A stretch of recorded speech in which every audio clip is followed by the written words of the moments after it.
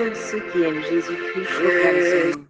Troisième dimanche de Pâques. Cycle C lecture. Première lecture. Nous sommes les témoins de tout cela avec l'Esprit Saint. Lecture du livre des Actes des Apôtres. Chapitre 5, versets 27 à 32 et 40 à 41.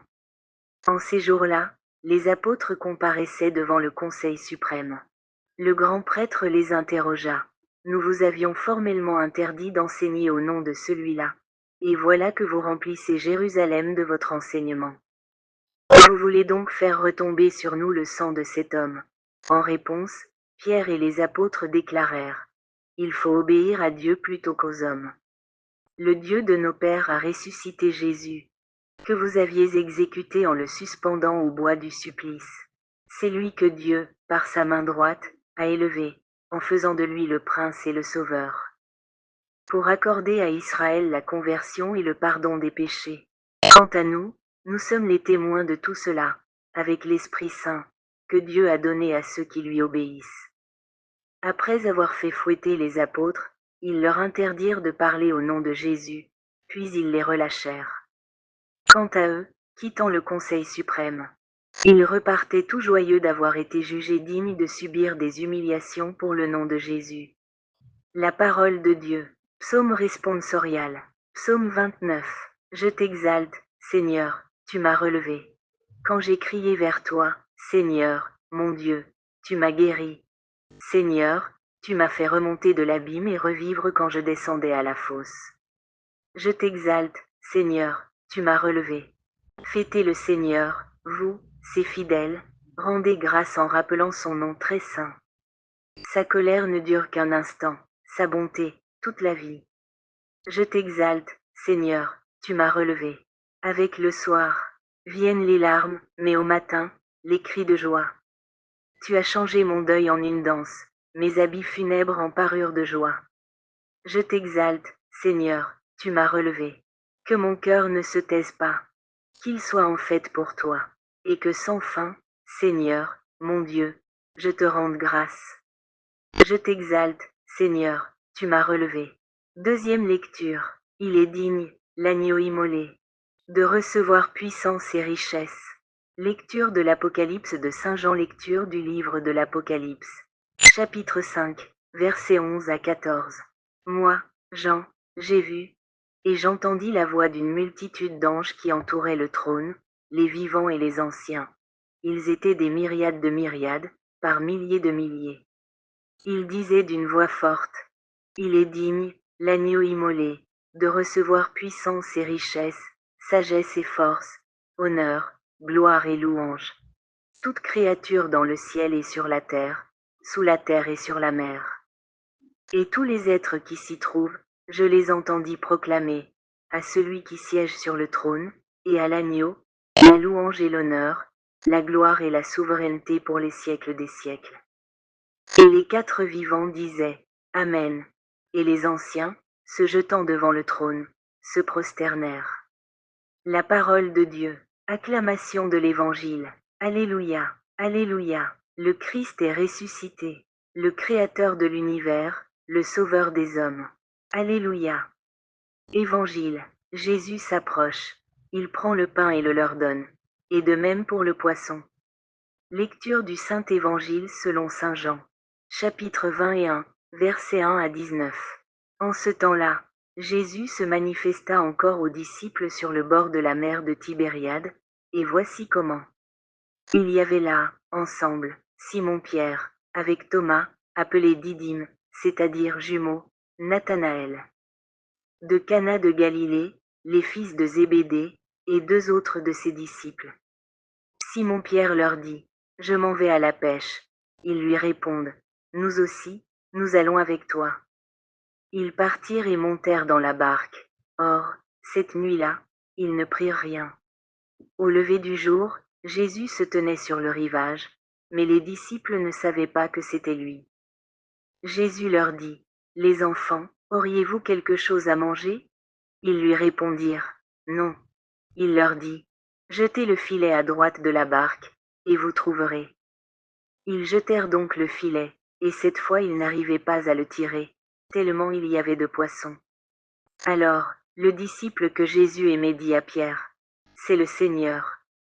Quand Simon-Pierre entendit que c'était le Seigneur, il passa un vêtement, car il n'avait rien sur lui, et il se jeta à l'eau.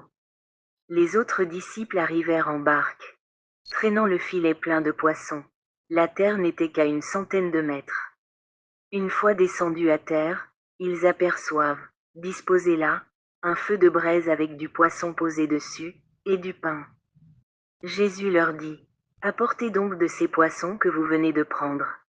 Simon-Pierre remonta et tira jusqu'à terre le filet plein de gros poissons. Il y en avait 153. Et, malgré cette quantité, le filet ne s'était pas déchiré. Jésus leur dit alors: Venez manger. Aucun des disciples n'osait lui demander: Qui es-tu? Il savait que c'était le Seigneur. Jésus s'approche. Il prend le pain et le leur donne. Et de même pour le poisson. C'était la 3e fois que Jésus ressuscité d'entre les morts se manifestait à ses disciples. Quand ils eurent mangé, Jésus dit à Simon-Pierre: Simon, fils de Jean, m'aimes-tu vraiment? Plus que ceci? Il lui répond: Oui, Seigneur. Toi, tu le sais. Je t'aime. Jésus lui dit: Sois le berger de mes agneaux. Il lui dit une 2e fois: Simon, fils de Jean, m'aimes-tu vraiment? Il lui répond: Oui, Seigneur. Toi, tu le sais. Je t'aime. Jésus lui dit: Sois le pasteur de mes brebis. Il lui dit, pour la 3e fois: Simon, fils de Jean, m'aimes-tu? Pierre fut peiné parce que, la 3e fois, Jésus lui demandait: M'aimes-tu? Il lui répond: Seigneur, toi, tu sais tout. Tu sais bien que je t'aime. Jésus lui dit: Sois le berger de mes brebis. Amen, amen, je te le dis. Quand tu étais jeune, tu mettais ta ceinture toi-même pour aller là où tu voulais. Quand tu seras vieux, tu étendras les mains, et c'est un autre qui te mettra ta ceinture, pour t'emmener là où tu ne voudrais pas aller. Jésus disait cela pour signifier par quel genre de mort Pierre rendrait gloire à Dieu. Sur ces mots, il lui dit: Suis-moi. Acclamons la parole de Dieu. Seuls ceux qui aiment Jésus-Christ proclament son nom. Prédication du Père Jérémie Abiyarimana.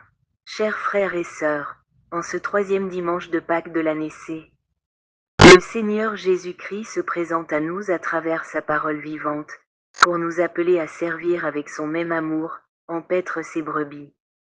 Aujourd'hui, Jésus-Christ nous enseigne et nous nourrit de la puissance de son amour et de sa gloire, nous invitant à le proclamer, sauvant ainsi les autres. Il veut nourrir nos vies pour que nous puissions le servir et le proclamer avec la force de son grand amour pour nous tous. Jésus-Christ, par sa parole, nous donne toujours comme modèle ses apôtres, qui, remplis de l'Esprit Saint, proclament et annoncent au monde le nom au-dessus de tous les noms, l'unique nom qui sauve l'humanité, Jésus-Christ.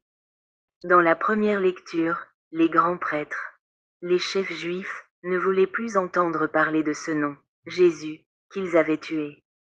Ils pensaient que tout était fini quand il a été tué, et que plus personne ne parlerait de lui. Ils ne savaient pas que Jésus-Christ avait aussi ressuscité les siens. Les apôtres, qui avaient été très effrayés, remplis d'angoisse et de découragement, furent ranimés après que Jésus-Christ leur fut apparu après sa résurrection. Il revint à la vie et se révéla à eux, leur envoyant son Esprit Saint, les remplissant entièrement de sa propre vie, les bénissant et faisant d'eux ses véritables témoins. Le Saint-Esprit demeurait toujours en eux, et les apôtres conduisaient Jésus-Christ aux gens à qui ils prêchaient. Toujours, ceux qui l'aiment, ceux qui sont à lui, sont continuellement conduits par le Saint-Esprit. Déjà dans la première lecture, il l'affirme même: Nous en sommes témoins, ainsi que l'Esprit Saint. L'Esprit Saint était sur eux, tout comme il habitait en Jésus-Christ, dans la vie du Christ, comme nous le dit Saint Jean. Je vis l'Esprit descendre comme une colombe du ciel et demeura sur lui. Jean chapitre 1, verset 31. Le jour de la Pentecôte, l'Esprit Saint descendit sur les apôtres et demeura sur eux. C'est pourquoi ils osent dire: Nous en sommes témoins, ainsi que l'Esprit Saint. Proclamer Jésus-Christ n'est pas une action humaine. Ce n'est ni une initiative ni un projet humain. Ce n'est pas une décision. Ce n'est pas une idéologie. Ce n'est pas une religion. C'est l'œuvre du Saint-Esprit lui-même dans le monde. Saint Paul insiste et nous rappelle. Personne ne peut dire que Jésus-Christ est Seigneur, si cela ne lui est donné par l'Esprit Saint. 1 Corinthiens chapitre 12, verset 3. Tous ceux qui se tiennent devant une assemblée et disent que Jésus-Christ est Seigneur le font par l'œuvre du Saint-Esprit. C'est pourquoi tous ceux qui proclament le nom de Jésus le font parce que le Saint-Esprit habite dans leur vie, marche avec eux, et ils peuvent affirmer, ce n'est pas moi qui le dis, mais le Saint-Esprit qui le dit en moi. Nous et le Saint-Esprit en sommes témoins. L'Esprit Saint est toujours dans l'Église pour annoncer Jésus-Christ par la bouche de ceux qui l'aiment vraiment. Comme nous le rappelle l'Évangile, Jésus-Christ apparaît à son peuple et demande à Pierre 3 fois, « M'aimes-tu » On ne le prêche que par amour. On ne peut annoncer Jésus-Christ à personne si on ne l'aime pas, mais si on l'aime, on l'annoncera forcément. C'est la puissance de l'amour de Jésus-Christ qui anime les missionnaires. Ils aiment Jésus-Christ et veulent que tout le monde l'aime. En ce dimanche, Jésus-Christ nous appelle à croire en sa puissance et en sa gloire qu'il veut nous donner. Celui qui partage avec nous sa mort et sa résurrection, partage aussi sa puissance, sa louange, sa gloire et son bonheur. Car par lui nous sommes enfants de son Père et c'est lui qui nous donne son Esprit Saint en plénitude. Seuls ceux. La deuxième lecture souligne la puissance de Jésus-Christ. L'agneau qui a été immolé est digne de recevoir puissance, richesse, sagesse, force, honneur, gloire et louange. Digne. Jésus-Christ mérite tout, et nous nous inclinons tous humblement devant sa face. Nous ne recherchons pas notre honneur.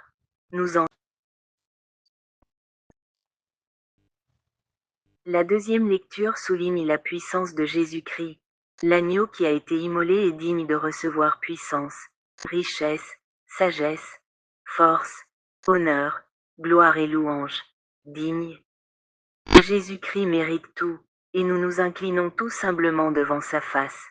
Nous ne recherchons pas notre honneur, nous en sommes les serviteurs. Nous ne recherchons pas notre propre pouvoir.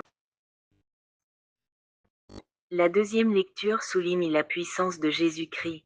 L'agneau qui a été immolé est digne de recevoir puissance, richesse, sagesse, force, honneur, gloire et louange. Digne. Jésus-Christ mérite tout, et nous nous inclinons tous humblement devant sa face. Nous ne recherchons pas notre honneur, nous en sommes les serviteurs. Nous ne recherchons pas notre propre pouvoir. Notre richesse, notre sagesse, notre gloire ou nos louanges, seul Jésus-Christ est digne de tout cela. Tous ceux qui annoncent Jésus-Christ sont prêts à tout perdre pour lui.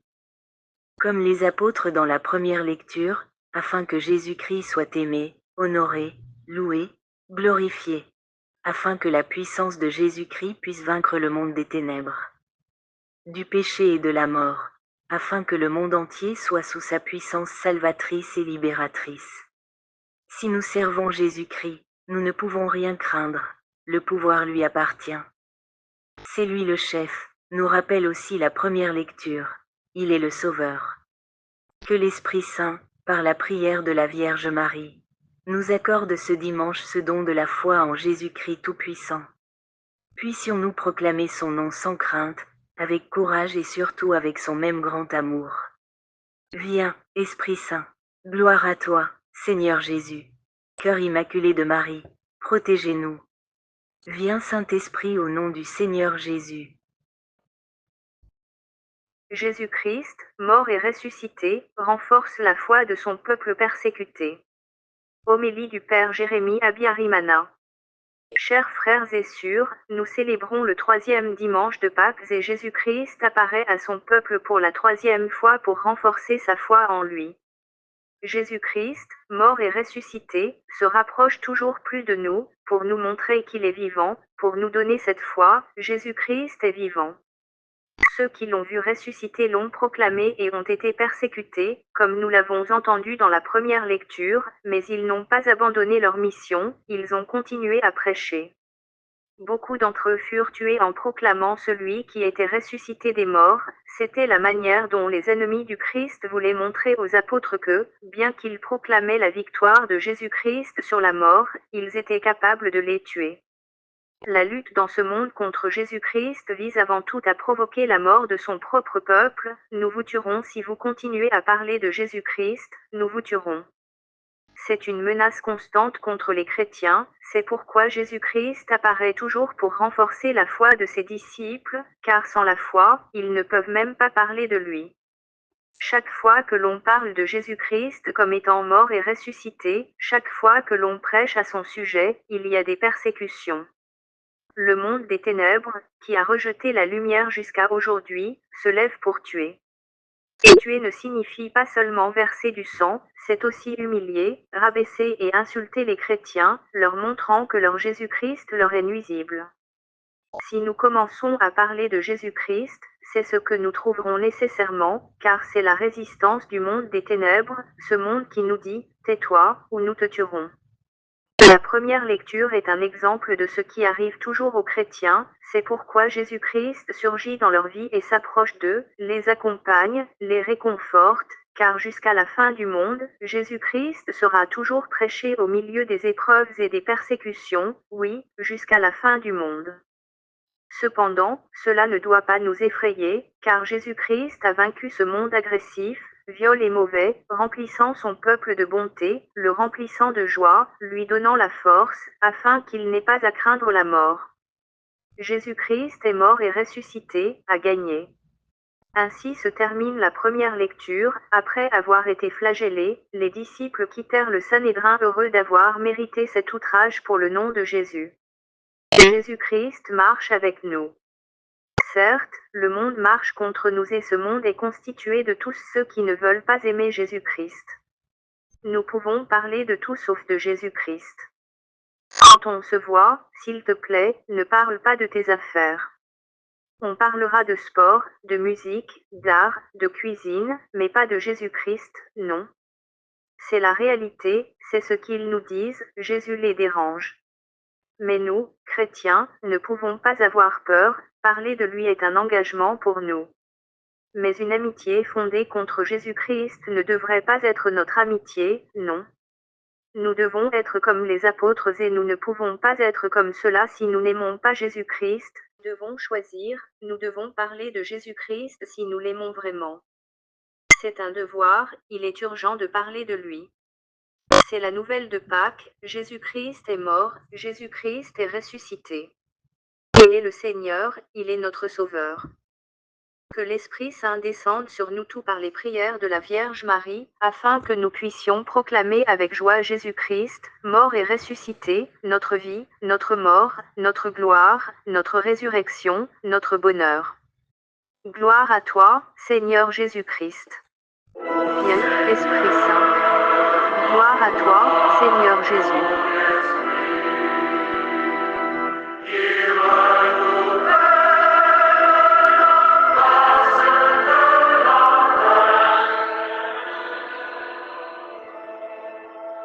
Le Seigneur soit avec vous.